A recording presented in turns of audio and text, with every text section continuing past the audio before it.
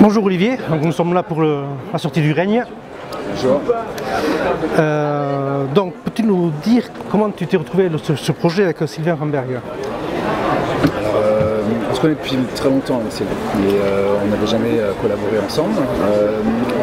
On l'a envisagé sur un projet qui n'a pas pu se faire pour les questions de délai, mais on est resté sur l'idée qu'on avait envie d'une collaboration quand même. Et Sylvain est revenu vers moi un jour avec ce concept d'histoire post-apocalyptique avec des personnages anthropomorphes. Donc du coup, voilà, le règne s'est construit sur cette base. Et donc tu te retrouves là-dessus, dessiner des animaux à la place d'humains, est-ce que c'est facile? Alors, en fait, quand Sylvain m'en a parlé, ça m'a pas du tout paru évident. J'ai même été très inquiet avant de lui répondre un oui franc. Oui, bien sûr, j'ai envie de le faire.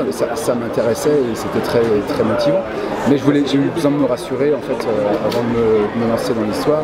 Et donc du coup, il avait un peu défini quel était l'univers sur la base de l'univers et les caractères des trois personnages qui sont les mercenaires qui sont les personnages principaux qu'on suit dans cette histoire.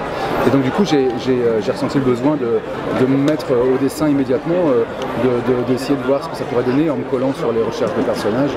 Voilà. Et j'ai été rassuré assez rapidement parce qu'en me rendant compte que finalement ça venait assez naturellement, c'était assez naturel et j'y ai pris du plaisir très rapidement en fait. Quoi. Donc voilà, j'ai pu lui dire ok, bah, on y va, banco, et voilà, ça c'est parti de là. Ouais, en fait c'est comme dessiner des humains. Alors pas exactement en fait, parce que je l'avais jamais fait, donc j'ai jamais trop dessiné, en bande dessinée j'avais jamais vraiment dessiné des animaux, il en parlera sûrement, mais ce qui avait donné l'idée à Sylvain de penser à ça pour moi, c'était une image que j'avais faite, enfin quelques images que j'avais faites, une petite scène dans le livre de Jack où un personnage se transforme en loup-garou et à un moment de sa transformation, il n'est pas complètement transformé, voilà, il est à moitié humain et à moitié animal, et donc du coup cette transformation l'avait saisi, il s'était dit ah, ça pourrait bien, moi ça m'a complètement échappé, et du coup voilà, le gros défi avec les personnages anthropomorphes, c'est de réussir à les rendre expressifs. Donc, je voulais, surtout on souhaitait avec Sylvain pouvoir, c'était vraiment important qu'ils puissent exprimer la même quantité et somme d'expression et d'émotions que pourrait le faire avec les êtres humains. Donc du coup moi j'ai été inquiet là-dessus et je me suis rendu compte que les codes pour rendre ces personnages expressifs existent déjà beaucoup avec le dessin animé. Je me suis nourri quand j'étais enfant avec Walt Disney et tout ça.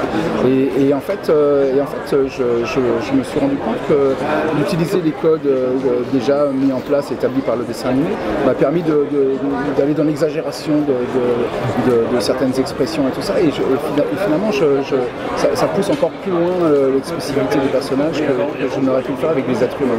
D'accord. Et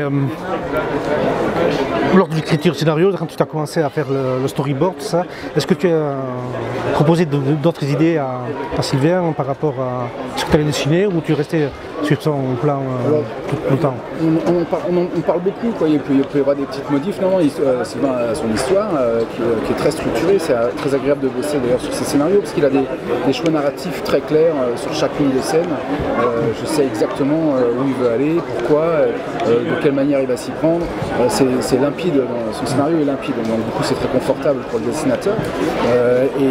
Après on peut discuter, il y a des choses, il peut y avoir en fonction de... Moi j'ai un certain nombre de vignettes à la page, besoin d'un certain espace pour présenter les choses, tout ça. Donc ça c'est des choses dont on discute beaucoup parce qu'il faut qu'ils s'adaptent aussi aux besoins du dessinateur derrière, tout ça, et tous les dessinateurs ne fonctionnent pas de la même manière. Donc du coup voilà, il y a des discussions en permanence, on est en permanence en contact, on discute beaucoup, et aussi après sur des intentions, des envies. Là on vient de parler d'un nouveau personnage qui interviendra à la fin du tome 2. Voilà, donc on nourrit ça ensemble dans nos discussions, mais Sylvain est totalement maître de son histoire. l'histoire, comme je suis totalement maître de mon dessin. Ouais, donc il dit rien sur le dessin, lui. Il n'intervient pas sur le dessin. Il intervient s'il remarque un truc, encore une fois on en parle beaucoup, quoi. Donc après les intentions, moi j'essaye quand je suis sur mes pages de retranscrire au mieux mes intentions, mais celles de Sylvain aussi, ou celles que je pense avoir compris ce qu'elles pouvaient être. Voilà, j'espère réussir à atteindre mes objectifs. On a toujours une image de une visualisation de ce qu'on voudrait voir apparaître sur notre page, et puis il y a ce dont on arrive une fois que le travail est fait, qui s'en rapproche au mieux. Mais voilà. Et donc j'essaye de me rapprocher de cette vision-là, mais aussi de la vision de Sylvain. C'est important. De plus, donc là tu dois aussi en plus imaginer les décors. Là on a droit à des ruines d'un passé où les humains étaient sûrement sur place. Est-ce que tu as visualisé tout ça en lisant le scénario? Tu as fait tes recherches avant? Oui, alors il y a des points très précis, là encore une fois. Sylvain me donne des éléments très clairs. Donc, le contexte fait que ces personnages évoluent dans un univers post-apocalyptique où les humains ont laissé une trace. D'ailleurs, leur présence, ils sont omniprésents, malgré le fait qu'on n'en voit aucun. Par l'héritage qu'ils ont laissé d'éléments physiques qu'on peut voir au fil du récit, comme effectivement des ruines de cathédrales, de gares, de TGV et tout ça, ou de voitures, de stations-service, enfin, voilà, des choses qui sont restées mais qui sont en décrépitude, recouvertes par la végétation. Voilà, on sent bien que voilà, cette civilisation n'existe plus. Et puis l'héritage de ce qu'on appelle les démons humains, ce que nos personnages redoutent en fait, les démons humains qui reviennent de manière cyclique en fait, et qui sont des éléments qui se déchaînent. Voilà, l'héritage que les humains ont laissé à ce peuple animal qui a évolué après eux. Et tu avais même un morceau de TGV.